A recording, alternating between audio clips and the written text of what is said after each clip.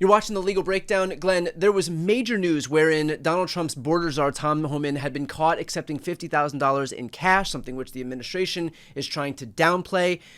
In their effort not to allow anybody to see the footage, for example, of this cash transfer being effectuated, we now have a major update that might really spoil the Trump administration's plans at hiding all of this. Can you explain what that update is?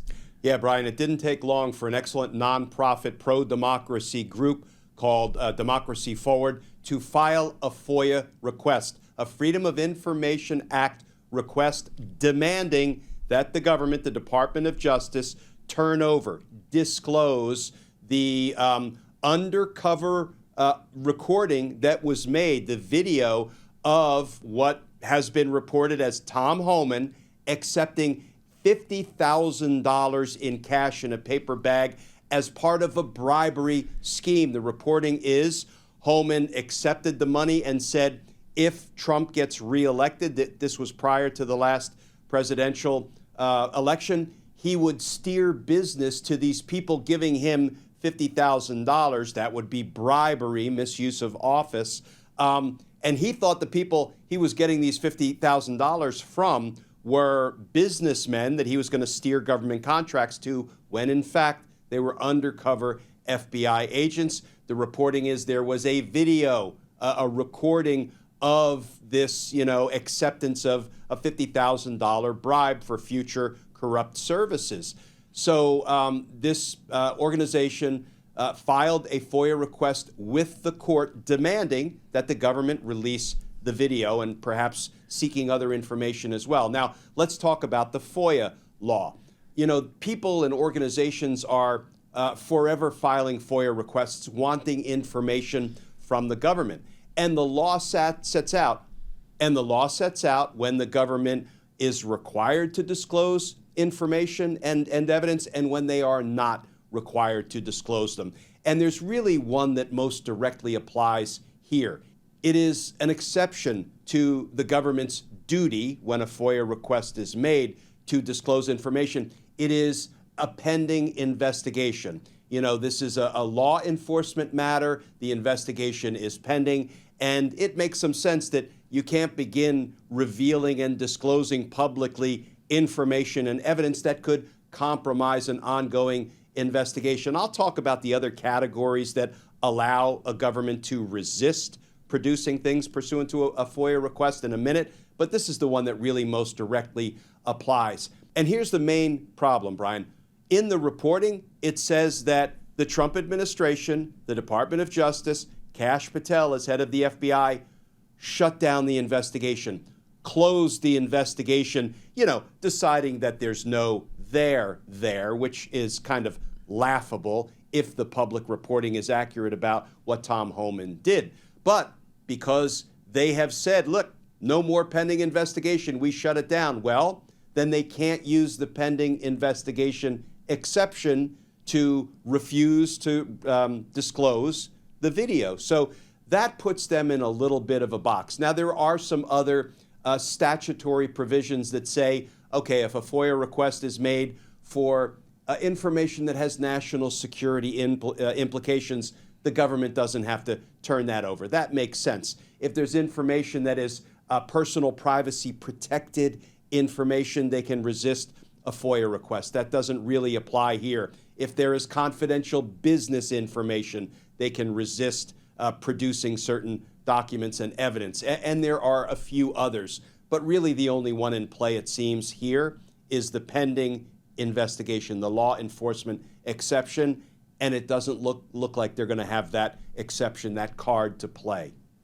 Well, to that end, then, there is another avenue the Trump administration is taking to obscure and obfuscate all of these efforts. I'm going to throw this clip right here on the screen from Carolyn Levitt in the latest press conference. So on the Homan investigation, can you just speak to, did the president ask the Justice Department to close the case, and does Homan have to return the $50,000? Well, Mr. Homan never took the $50,000 that you're referring to, so you should get your facts straight, number one. Number two, this was another example of the weaponization of the Biden Department of Justice against one of President Trump's strongest and most vocal supporters in the midst of a presidential campaign. You had FBI agents going undercover to try and entrap one of the president's top allies and supporters, someone who they knew very well would be taking a government position months later. Mr. Homan did absolutely nothing wrong, and even the President's Department of Justice, even Kash Patel's FBI, looked into this just to make sure. They had a number of different prosecutors and FBI agents who looked into this. They found zero evidence of illegal activity or criminal wrongdoing. In the White House and the President stand by Tom Homan 100% because he did absolutely nothing wrong, and he is a brave public servant who has done a phenomenal job in helping the President shut down the border. So, Glenn, it looks like the administration is just pretending here that none of this ever happened. So forget them trying to obfuscate the facts as to whether or not the tape exists or whatever it may be. They're just taking a full step back and saying, none of this happened, didn't exist, nothing to see here, go on your way. And so in an instance where you have a FOIA request that's being aimed at trying to get some of this information released, but then you also have an administration that's pretending that none of the information at the heart of this whole scandal even exists. What happens? How do you reconcile these two things that seem to be in conflict with one another? Brian, I have to tell you, I couldn't be more pleased that the Trump administration has taken the position, oh, it didn't happen. Now, they're not saying there's not a video. They're not saying they didn't shut down an investigation. They're just saying it didn't happen. This is now going to be a very easy call for the judge. And before I get to that, perish the thought that the Trump administration, Donald Trump, or any of his mouthpieces might be lying, right? This is an easy one for the judge to resolve. The judge will simply say, I suspect, provide me with the tape, the videotape that will show he didn't take the money. He must have pushed the bag back and said, no, no, no, that would be wrong. That will be captured on videotape. Produce the tape for me, the judge can say, in camera, which means nobody gets to see it except me back in my chambers. And then I will have an informed basis to rule whether the tape exists and it shows that he took the $50,000 in a paper bag, or maybe, no, the tape shows that he said, I want to have no part of anything improper. The Trump administration has put itself in such a box. I don't know what is left for them to say other than maybe, well, because there was no there, we just destroyed the tape and the files. Who knows, which would obviously be completely against all FBI policy.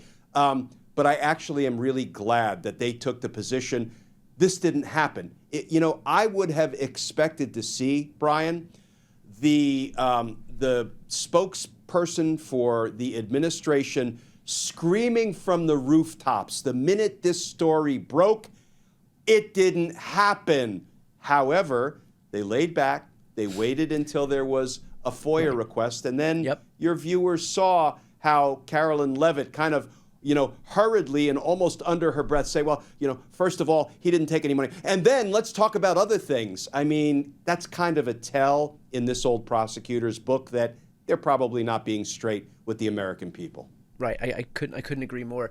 I do want to take a quick note to ask folks who are watching right now, if you're not yet subscribed to both of our channels, please take a moment here and subscribe, especially watching the ways in which legacy media is dropping the ball to such an immense degree.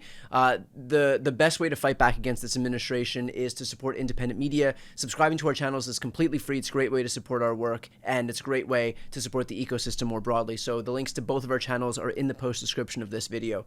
Glenn, you had alluded to this just a moment ago, but what happens in the event that the administration did just decide to destroy the tapes so that they don't have to be put in a situation where a judge then would have to adjudicate whether or not to release the thing if the FOIA request was submitted? The judge could use the inherent power of the court to require Trump administration officials to come in and testify under oath about the circumstances surrounding the alleged destruction of evidence, which you don't do. Brian, for gosh sakes, when you can see my frustration as a career rule of law guy and prosecutor. Yeah. Do you know how many cases I was involved in that did not result in criminal charges because the evidence did not support charging somebody? You know what we do?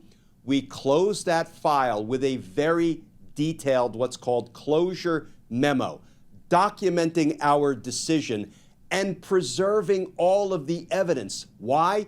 Because it could be used in the future if there were other, allegations that Tom Homan was involved in potential criminal conduct. What you do is you order up those closed files and you see now if there's something to build on. You see, for example, if there was a tape, if that tape might become relevant evidence, what we call 404B, evidence of uncharged misconduct in other cases that are admissible. That evidence can often be admissible in future cases to prove a pattern of misconduct. So God help us if they say we destroyed the tape, but take our word for it. He pushed the paper bag back and said, heavens to Betsy, I would never do anything wrong. Is there a world in which if a tape was destroyed that the judiciary would have any way of finding that out? I mean, this isn't an investigative body. This is they're there to interpret the laws. And so what happens in the event that the administration says that the tape didn't exist? How does the judicial system push back on that and suggest otherwise? Yeah, just the way federal Judge Sines pushed back on the administration when they were refusing to arrange for the release and return of Abrego Garcia from that prison in El Salvador to which he was wrongfully, unlawfully, and unconstitutionally deported. You give the attorneys who filed the FOIA request the authority to depose government administration officials, to propound interrogatories. That is the fanciest possible way of saying ask questions that must be answered in writing under the penalties of perjury. They give them lots of discovery and investigative leeway to get to the bottom of it. It is not the court itself conducting this discovery or this investigation. It's the litigant who has a right to probe in this